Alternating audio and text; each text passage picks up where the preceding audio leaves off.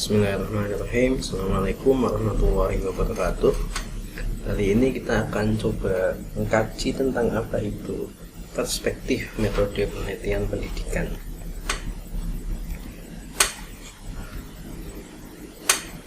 Perspektif metode penelitian pendidikan ada 5 poin yang nantinya akan kalian pelajari bersama. Yang pertama, pengertian dari metode penelitian pendidikan. Kemudian yang kedua, jenis-jenis penelitian pendidikan. Yang ketiga, pengertian metode penelitian kuantitatif dan kualitatif. Yang keempat, perbedaan penelitian kuantitatif dan kualitatif. Yang kelima, ruang lingkup penelitian pendidikan. Penelitian pendidikan, metode penelitian pendidikan itu diartikan sebagai cara ilmiah untuk mendapatkan data dengan tujuan dan kegunaan tertentu. Nah, ini cara ilmiah yang digunakan untuk mencapai tujuan dan kegunaan tertentu. Cara ilmiah ini berdasarkan ciri-ciri keilmuan itu, yang pertama harus rasional, yang kedua harus empiris, yang ketiga harus sistematis. Rasional itu apa? Rasional itu masuk akal, terjangkau oleh penalaran manusia. Kemudian empiris itu apa? Dapat diamati oleh indera manusia. Kemudian sistematis itu proses penelitiannya menggunakan langkah-langkah yang bersifat logis walaupun berbeda, tetapi semuanya itu sistematis. Jadi ada tahapannya, ada step-stepnya, ada langkah-langkahnya. Jadi cara ilmiahnya itu ada 3, dari rasional, empiris, dan sistematis. Berikutnya data. Data yang diperoleh dalam penelitian adalah data empiris. Data ini teramati yang mempunyai kriteria tertentu, yaitu valid. Nah, jadi data dalam suatu penelitian itu harus bisa teramati, atau bisa dikatakan harus valid. Nah, jadi itu data. Kemudian apa itu valid? Apa itu valid? Derajat ketepatan antara data sesungguhnya terjadi pada objek dengan data yang dapat dikumpulkan oleh peneliti. Data yang valid itu pasti reliabel dan objektif. Jadi kalau valid itu pasti dia reliabel dan objektif. Reliabel itu apa? Derajat konsistensi atau keajekan data dalam interval waktu tertentu. Jadi ada keajekan data dalam interval waktu tertentu. Objektif ini maksudnya apa? Berkenaan dengan kesepakatan antara banyak orang. Jadi objektif, atau istilah lain interpersonal agreement. Nah, jadi itu valid harus reliable dan objektif. Kemudian tujuan penelitian secara umum itu ada 3, yaitu penemuan, pembuktian, dan pengembangan. Penemuan itu apa? Data yang diperoleh dalam penelitian, data baru sebelumnya belum pernah diketahui. Nah, ini jadi ada temuan baru. Ini maksud dari penemuan itu sendiri. Temuan baru yang mana penemuan itu belum pernah diketahui. Berikutnya yaitu pembuktian. Pembuktian di sini yaitu data yang diperoleh digunakan untuk membuktikan adanya keraguan terhadap informasi atau pengetahuan tertentu. Jadi pembuktian ini untuk membuktikan tidak ada keraguan terhadap informasi yang diterima atau terhadap pengetahuan. tertentu. Nah, itu. Jadi itu maksud dari pembuktian. Kemudian yang ketiga yaitu pengembangan. Jadi pengembangan di sini yaitu pendalaman dan perluasan materi yang telah ada.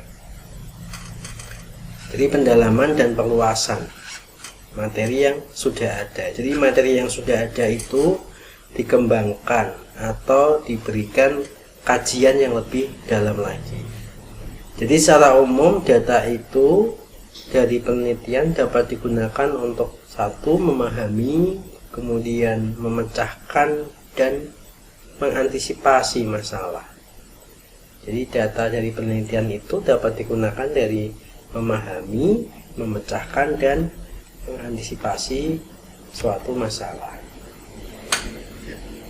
Nah, dari situ metode penelitian pendidikan definisinya atau dapat diartikan sebagai cara ilmiah untuk mendapatkan data yang valid dengan tujuan dapat ditemukan, dikembangkan, dan dibuktikan sehingga suatu pengetahuan itu bisa digunakan untuk memahami, memecahkan, dan mengantisipasi masalah dalam bidang pendidikan tertentu.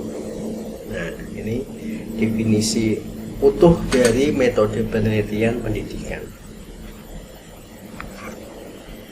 Berikutnya kajian yang kedua yaitu jenis-jenis metode penelitian. Jenis-jenis metode penelitian ini dibedakan menjadi 5 kategori. Ya. Jenis penelitian berdasarkan bidang ada 3: penelitian akademis, penelitian profesional, penelitian institusional. Nah, berikutnya jenis penelitian berdasarkan tujuan ada penelitian murni, penelitian terapan. Jenis penelitian berdasarkan metode ada penelitian survei, penelitian ex post facto, penelitian eksperimen, naturalistik, policy research, action research, penelitian evaluasi, sejarah, dan R&D. Nah, mengapa ini saya sampaikan? Karena fokus nanti ketika Anda menyusun suatu skripsi itu di tahapan yang jenis penelitian yang seperti apa, Anda punya gambaran, punya angan-angan gitu ya. Jadi berikutnya yang keempat itu adalah berdasarkan tingkat eksplanasi. Ada 3, yaitu penelitian deskriptif, penelitian komparatif, dan penelitian asosiatif. Yang terakhir berdasarkan waktu, ada cross sectional dan longitudinal. Nanti kita akan kaji secara satu persatu. Jadi kalau penelitian akademis ini yang dilaksanakan dalam akademis, di keilmuan akademis ya. Jadi misalkan dalam di suatu akademi ya, akademi kepolisian, akademi militer ya, akademi kesehatan, dan berbasis akademi ini maksudnya adalah bidangnya adalah bidang akademis. Kemudian penelitian profesional ini nanti ranahnya ke penelitian yang sifatnya keprofesionalan ya. Jadi penelitian untuk profesi apoteker gitu ya. Penelitian untuk profesi hukum, pengacara maksudnya. Penelitian untuk profesi ke notaris ya. Atau penelitian profesi untuk kedokteran. Kalau kita ke guru berarti penelitian untuk di pendidikan profesi guru atau PPG. Nah, ini masuknya bidang profesional. Ya, kemudian institusional ini penelitian di tahapan institusi gitu ya.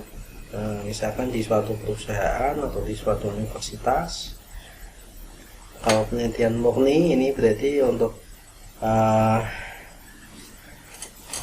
S1 murni ya. S1 terapan juga bisa masuk di sini. Jadi misalkan dalam hal ini teknik mesin murni ya. Ini masuknya di penelitian murni di sini. Atau misalkan penelitian program studi matematika murni. Nah, ini masuknya di penelitian murni. Nah, kalau terapan juga bisa, kalau memang bidang keilmuannya terapan, masuknya di penelitian terapan, sarjana sains terapan. Berikutnya, kalau di poin ketiga ada survei, penelitian survei, post facto, eksperimen.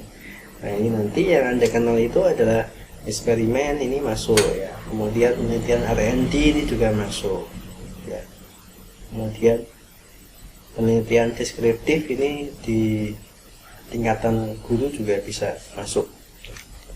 Jadi itu cross section dan longitudinal ini maksudnya di kategorikan berdasarkan waktunya. Jadi kalau misalkan penelitian itu diperoleh dari waktu tahun 2021 di bulan Januari dan Februari. Nah, ini berarti maksudnya di dalam waktu di bulan itu gitu. Kalau tidak di luar itu berarti itu tidak termasuk berdasarkan waktu.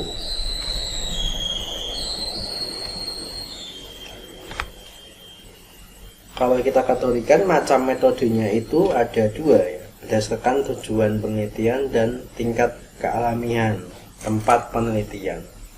Jadi kalau berdasarkan tujuan itu ada penelitian dasar, kemudian penelitian pengembangan dan terapan. Kalau berdasarkan tingkat kealamian itu ada penelitian eksperimen, penelitian survei, dan penelitian naturalistik.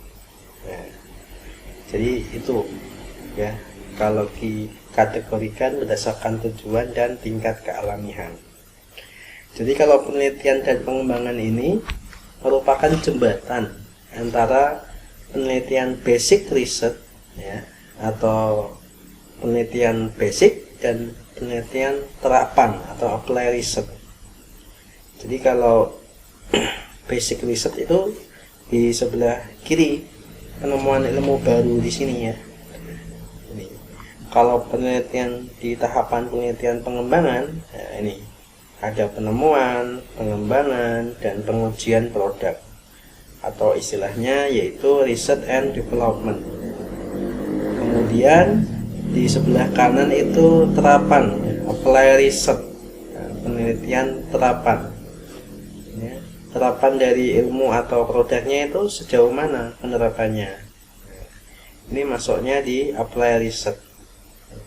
Jadi sebenarnya research and development itu di tengah-tengah ya. Jadi jembatan antara penelitian basic dan penelitian apply research.